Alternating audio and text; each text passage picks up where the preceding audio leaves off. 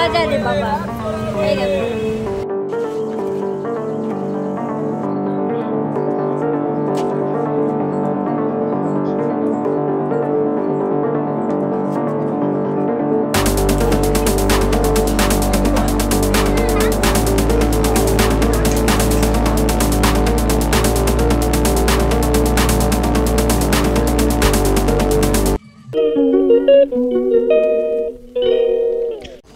কোথায় গেলে আমার বন্ধুরা, চলে এসো। তো ভিডিওটা শুরু করছি নতুন আরেকটা ভিডিও নিয়ে। তো দেখো রান্নাঘর থেকে ভিডিওটা শুরু করছি। হ্যালো এভরিওয়ান, গুড মর্নিং সবাইকে। তোমরা সবাই কেমন আছো? আশা করছি কাছে এবং দূরে যে সকল বন্ধুরা আমার ভিডিওটা দেখছো সবাই ভালো আছে, সুস্থ আছে। আমিও বেশ ভালো আছি। আমি সবিতা, নতুন দিনে নতুন আরেকটা ভিডিও নিয়ে চলে এসেছি। তো আশা করছি আজকের ভিডিওটা বেশ ভালো লাগবে। তো আমার কিউট কিউট বোনেরা আর মিষ্টি মিষ্টি দিদি ভাইয়েরা আমার ভিডিওটাতে কন্টিনিউ দেখবে। তোমাদেরকে অনেক অনেক স্বাগত আর ভালোবাসা জানিয়ে ভিডিওটা শুরু করছি। তো এদিকে দেখো বন্ধুরা, তো সকাল সকাল আজকে কোনো মানে বাসি কাজের এইসব ভিডিও আমি বানাইনি। তো রান্নাঘর থেকে ভিডিওটা স্টার্ট করছি। তো আজকে হচ্ছে শনিবার আর এখন ঘড়ির কাঁটায় এই 9:30 মতো বেজে গেছে। তো রান্নাটা ঝটপট করে নিচ্ছি। মেয়ের আজকে পরীক্ষা আছে। তো মেয়ের পরীক্ষা যেহেতু আজকে হলেই শনিবার, যেহেতু আজকে হলেই শেষ, তো সেই জন্যই দেখো এখন আমি ঘর পরিষ্কার করতে লেগে গেছি। অনেক দিন ধরে ভেবেছিলাম যে ঘরটা পরিষ্কার করব, নতুন বছর পড়ার আগে ঘরগুলো পরিষ্কার পরিচ্ছন্ন করে নেব। কিন্তু কি বলতো, মেয়ের পরীক্ষা চলছিল না, সময় পাচ্ছিলাম না। তো মেয়েকে তো একটুখানি আমাকে সময় দিতে হবে পড়ানোর জন্য। তো নতুন বছর পড়ার আগে উঠে পড়ে লাগলাম ঘর বাড়ি পরিষ্কার পরিচ্ছন্নর কাজে। তো এদিকে দেখো বন্ধুরা, আজকে না ঘর বাড়ি সব পরিষ্কার করব। আর নতুন বছর বলতে পয়লা বৈশাখ তো আর বেশি দিন নেই, আর 2-3 দিন বাকি আছে। তার মাঝে ঘরটা পরিষ্কার করতে হবে। নতুন বছর পড়ার আগে ঘরগুলো পরিষ্কার করবে। পরিষ্কার পরিচ্ছন্ন করা থাকলে দেখবে ঘরে মা লক্ষ্মীর বাস হয়। আর মা লক্ষ্মীও একটু, তো মা লক্ষ্মীকে তো তোমরা জানো চঞ্চলা। আর মা লক্ষ্মী সবসময় পরিষ্কার পরিচ্ছন্ন ঘর বাড়ি পছন্দ করে। আর পরিষ্কার পরিচ্ছন্ন মানে গৃহিণী, সেটাই হচ্ছে একটা লক্ষ্মীর মন্তব্যের পরিচয়। তো সেই জন্য পরিষ্কার, নিজেও পরিষ্কার রাখতে হবে, ঘর বাড়ি পরিষ্কার রাখতে হবে, মানে ঘরে বাইরে সব দিকে পরিষ্কার পরিচ্ছন্ন রাখতে হবে। তার জন্য কিন্তু আমাদের প্রত্যেকটা গৃহিণীকে দেখো সকাল থেকে উঠে সে কঠোর পরিশ্রম করতে হয়, যাতে সংসারে একটুখানি লক্ষ্মীশ্রী বজায় থাকে। তো সেই জন্য দেখো লক্ষ্মীমন্ত বউ হয়ে এখন আমি ঘর দুয়ার সব পরিষ্কার করে নিচ্ছি। তো এটা আছে মেয়ের আমার পড়ার রুম। তো মেয়ের পড়ার রুমটাতে এই যে ভালো করে পরিষ্কার। মেয়ের ওই যে পুতুলটা দেখতে পাচ্ছ, তো এটা ওর 10 বছরের বার্থডে, ওর বাবার অফিস থেকে ওর বন্ধুরাই দিয়েছিল। তো জানলাগুলো ঝাড়ে দিলাম, পর্দা টর্দা ঝেড়ে। আর এইখানে একটা সিটে একটা র্যাকের মতো, তো এটাতে যদি কাঁচ লাগানো হয়ে যায় তাহলে এটা দেয়াল আলমারি হয়, তো সেরকম হয়ে যাবে। কিন্তু কি বলতো, এটা তো কিন্তু অনেক জিনিসপত্র রাখা হয়। আর একটুখানি না মাকড়সা জাল হয়ে গেছিলো, তাই সব জিনিসগুলো নামিয়ে আবার এখানে ঝেড়ে মুছে পরিষ্কার করে না। আর দেখো মেয়ের ওই পট পেন্টিং যে হাতের কাজগুলো, সেগুলোই আমি সুন্দর করে সাজিয়ে দিলাম। তো দেখতে বেশ ভালো লাগবে ডেকোরেশন করা থাকলে, তাই না? তো এই জন্য সাজিয়ে রাখলাম। আর এবারে সবটা ঝাড়া হয়ে গেল মানে মেয়ের রুমটাতেই। তো এখন এই ফ্যানটা পরিষ্কার করতে আসলাম। ফ্যানটা, এই ঘরে ফ্যানটা তো অত ভালো চলে না, যেহেতু যখন ওর স্যার আসে পড়াতে তখনই এই ফ্যানটা চালানো হয়। আর যখন মেয়ে পড়তে বসে এই রুমটাতে তখন, এই জন্য এইটাতে হচ্ছে এরকম কোনো ঝুল হয় না। আর ফ্যানটাতে এটা পরিষ্কার করতে অত কষ্ট হয় না। প্রথমে আমি এক ঝাড়ু দিয়ে পরিষ্কার করে, এখন একটু কলিন দিয়ে ভালো করে ঘষে পরিষ্কার করে দিলাম। আর এখন চলে আসলাম এই যে বেডরুমে। আর বেডরুমের কাছে দেখো এসির এখানটাতে তারটা রয়েছে না, ওখানে দেখো না মাকড়সা জাল করে দিয়েছিল। তো ওখানেও আবার ভালো করে পরিষ্কার করে দিলাম। আমি এখন নিচে থেকে আমি পরিষ্কার করলাম। আর ঝাড়ুটা যেহেতু লম্বা আছে, অনেকটা বড়, তো সেই জন্য হয়ে গেছে। তারপরে আবার ওখানে আবার জায়গা হচ্ছিল না যে দাঁড়িয়ে করব, তো সেই জন্য এখন খাটের উপরে উঠে গেলাম। তো এখন খাটের উপরে উঠে এইদিকে এখন ঝেড়ে পরিষ্কার করে নিচ্ছি। ওটা করার পরে এই যে পুতুল টুতুলগুলো রয়েছে, এটা হচ্ছে আমার আলমারি। তো এটা আমার হাজব্যান্ডের থাকে। আর মেয়ের রুমটাতে দেখেছিলে যে আলমারিটা, ওটা হচ্ছে মেয়েরই আলমারি, ওটা মেয়েরই জামা কাপড় রাখা থাকে। তো দেখো এখন এই আলমারিটা পরিষ্কার করে মুছে টুছে নিয়ে আবার এই যে পুতুলগুলোকে ঝেড়ে টেড়ে আবার তুলে রাখলাম। মানে সঙ্গে সঙ্গে কাজ সঙ্গে সঙ্গে করে নিতে হবে, না হলে বলো আজ নাই কাল এরকম পড়েই থাকবে, এখন করব না, এইগুলো করলে কিন্তু কোনো কাজে হবে না। আর লক্ষ্মীশ্রী বইয়ের পরিচয় হলোই তো সংসারের সমস্ত কাজ সুন্দরভাবে সাজিয়ে গুছিয়ে পরিপাটিভাবেই করা। আর হাজব্যান্ডের ফোন এসেছিল যে 12টার সময় ডিউটি যাবে। তো হাজব্যান্ডকে আমি ওই 11টার সময় খেতে দিয়েছিলাম। তো আমি যখন ঝুল ঝাড়ার আগেই হাজব্যান্ডকে খেতে দিয়েছি, আর আমি ঝুল ঝাড়তে লেগেছি 11টার সময়, মেয়ে স্কুল যাওয়ার পরে। তো হাজবেন্ডকে খেতে দিয়েছি, হাজবেন্ড কিন্তু চলে গেছে ডিউটি। আর আমার গোপাল সোনারা আজকে না অনেকটা কষ্টে আছে, কেন বলো তো? তো ওদেরকে আমি সকালে সেবা দিয়েছি, তারপরে 11টার সময় দিয়ে আমি ঝুল ঝাড়তে এসেছি।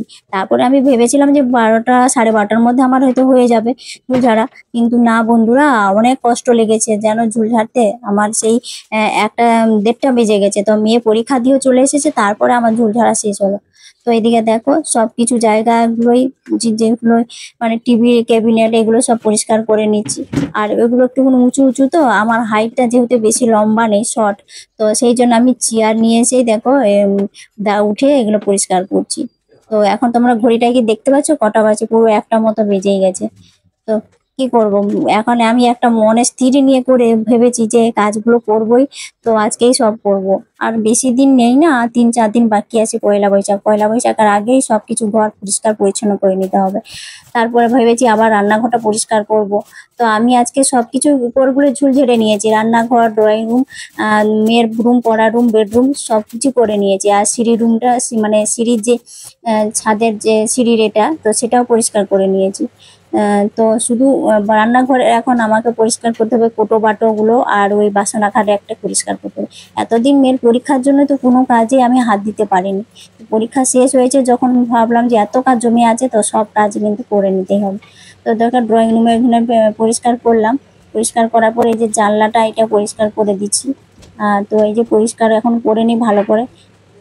যে সকল বন্ধুরা নতুন আমার পরিবারে এসেছো তাদেরকে অসংখ্য ধন্যবাদ। তো একটা লাইক কমেন্ট করে আর মিষ্টি বন্ধু হয়ে আমার পরিবারে থেকে যাবে। তো আমি তোমার পরিবারে গিয়ে ভালোবাসা দিয়ে আসবো। আর যে সকল বন্ধুরা প্রথম থেকে শেষ পর্যন্ত আমার পাশে রয়েছে তাদেরকে অসংখ্য ধন্যবাদ। তোমাদের এই অমূল্য সময়টা আমার এই ভিডিওটা দেখার জন্য তোমাদেরকে অসংখ্য ধন্যবাদ। তো এইভাবে আমার পরিবারে আমার পাশে থেকো। তো সবাই সবার পাশে থাকো, সবাই সবাইকে সাপোর্ট করো, এটাই আমি চাই সবাইকে, তাই বললাম। তো এখন দেখো মেয়েও চলে আসলো, এখন বললাম না 1:30টা বেজে গেছে। তো এইদিকে দেখো এখন এইখানটাতে না, আর এই ড্রয়িং রুমের এইখানটাতে কি বলো, ফ্যানটা অনেকটা উঁচুতে আছে, আর চেয়ার নিয়ে আমার হাত পাচ্ছিল না, সেই জন্য একটা বড় টুল নিয়ে আসলাম।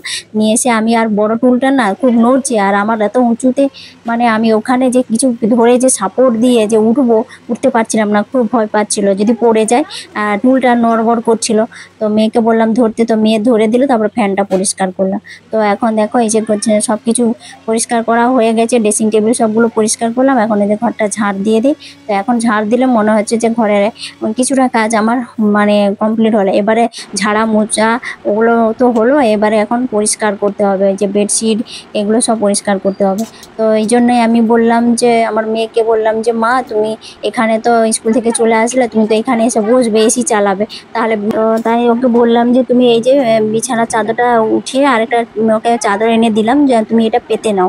আর আমি এখন কি বলো, সকালে তো আমি চান করেছিলাম, তো এখন শুধু মাথায় জল নিব না, তো গায়ে জল ঢেলে নিয়ে আসবো। এখন আমার গোপুসোনাদেরকেও দেওয়া হয়নি, সে দুপুরে দেওয়ার কথা। তো এখন দেখো 1:30টা বেজে গেছে, ওরাও কিন্তু বেচারাগুলো খুব কষ্টে রয়েছে।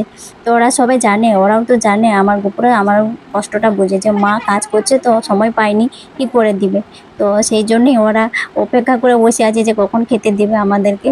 তো সেই জন্য আমি চান করে আসলাম, এসে আমি ওই গপুদেরকে সেবা দিচ্ছিলাম, আর মেয়েকে বললাম তুমি এই চাদরটা উঠিয়ে তুমি আরেকটা চাদর পেতে নাও। তো আমার মেয়ে দেখো খুব সুন্দর করে পরিষ্কার করছে, ও তো জানে যে মা কেমনভাবে পরিষ্কার করে, কিন্তু ও আমার দেখা দেখি মানে আমার মতো কপি করে, যে সব কাজটা এইভাবে করার জন্য। তো এটা না আমার খুব ভালো লাগে। তো দেখো ও যখন মানে তোষকটা ঝাড়ছিল না, সেই সময় একটু একটু ধুলো উঠছিল, বলছে মা এত ধুলো আসলো কি করে? আমি বলি জানি না, আমরা প্রত্যেকদিন তো বিছানা ঝেড়ে টেড়ে পরিষ্কার করে পাতি, তার মধ্যে এত ধুলো আসলো কি করে? আসলে ওই তোষকে তো তুলো দেওয়া থাকে না, তো এই তুলোগুলো যখন নেতিয়ে যায় তখন একটুখানি হয়তো নোংরা হয়ে গেলে হয়তো ধুলো হয় নাকি, তা জানি না। তো দেখো এখন মেয়ে চাদরটা পেতে নিল। তো ওকে আমি এসে, ও তো পারছিল না, ছোট মানুষ না, ও এরকম করে পাততে পাততে অনেকটা সময় লাগছিল। তারপরে আমি গিয়ে দুজনে ধরে দেখো চাদরটা পেতে দিলাম। আর মেয়ের এখন বায়না হয়েছে যে আমি এখন ভাত খাবো না, তুমি আমাকে ওই ইয়ে আছে, ব্রেড আছে, পাও ভাজির মতো আমাকে তৈরি করে দাও। আমার পাও ভাজি তো ওটা করে দেবো, কিন্তু পাও ভাজির যে সবজিটা মানে ডালটা সেটা তো আমি করে দিতে পারবো না। তো আমি বললাম ঘুগনি আছে, তাহলে ঘুগনি দিয়ে করে দেবো? বলছে হ্যাঁ তাই করে দেবো। তো দেখো ওই ঘুগনিটাকে গরম করে দিলাম, আর একটুখানি দিলাম লেবু, আর দিলাম ওই একটু বিট লবণ দিয়েছি, আর চাট মশলা দিয়েছি, আর একটু বাটার দিয়ে দিলাম। আর আমার মেয়ের বাটার তো খুব ভালোই লাগে, ওকে ও বাটার খুব খায় কিন্তু। তো তারপরে আমি বললাম যে শসা পেঁয়াজ কুচি দিব, বলছে না আমি বলেছিলাম যে আজকে শনিবার তো দিব না। ও বলে তাহলে বেশ ঠিক আছে, দিতে হবে না, বাটার দিয়ে তুমি আমাকে দাও। তো এখন এই যে ওকে দিয়ে দিব এটা, ও এখন খাবে আর আমি এখন এই যে ভাতটা খাবো। কারণ আজকে কি কষ্ট নাই হয়েছে। তো এখন পরিষ্কার করার পরে আবার কিন্তু বিকেলে এই যে বাজারে যেতে হবে। হাজবেন্ড কিন্তু ডিউটি করে চলে আসলো, বাইরে হল ছিল না আজকে। তো এসে বললো যে আমি চলে এসেছি লাইনে, তোমরা কি বাজারে যাবে? তো মার্কেটে, আমি বলছি হ্যাঁ। তো তারপরের দিন আজকে যেহেতু শনিবার, তো পরের দিন হচ্ছে রবিবার, নীল ষষ্ঠী পুজো আছে, পয়লা বৈশাখেরও কেনাকাটা আছে। তো সব ভাবছি যে যাবো যখন একসাথে সবকিছু বাজার করে আসবো। তো দেখো ওই যে মানে নীল ষষ্ঠী পুজোর বাজারটা করে নিলাম, ফলের বাজার, মিষ্টির বাজার, তারপরে ফুল টুল যেগুলো কিনতে হয় সেগুলো সব নিলাম। দিয়ে হাজবেন্ড বলছে একদিনেই তোমরা সব কাজ করবে? আমি বলি কি করবো বলো, বেরিয়েছি যখন একদিনেই করে নিই। তো এইদিকে দেখো এখন টোটো করে আমরা চলে আসলাম একবার শপিং মলে। আর হাজবেন্ড ওই যে পুজোর বাজারে যে ব্যাগটা সেটা নিয়েই এখনো বাইরে দাঁড়িয়ে রয়েছে শপিং মলের বাইরে। তো তোমরাও শপিং করো, আমি এখানে আছি। তো ও হাজবেন্ড বাইরে রয়েছিল, ও বাইকে করে এসেছে। তো মেয়েকে বললাম যে তুমি তোমার পছন্দের মতো নাও। আর কিছুদিন আগে আমি আমার মেয়ের জন্য নিয়েছি, কিন্তু মেয়ের তার বাইনা যে শপিং মলে গিয়ে করবো, সবাই ভিডিও বানায় এই করে কিনে, মানে এখানে এলে একটুখানি ডিসকাউন্ট থাকে তো বেশি, তাই। তো মেয়েকে ওই লাইনে দাঁড় করিয়ে দিয়েছি, আমি বলছিলাম তাহলে তুমি ওখানে দাঁড়াও কাউন্টারের কাছে, যখন বিল করা হবে। আর পয়লা বৈশাখে কি কেনাকাটা করেছি সেটা পরে ভিডিওতে দেখাবো। তো ভিডিওটা এখানেই শেষ করছি, টাটা বাই।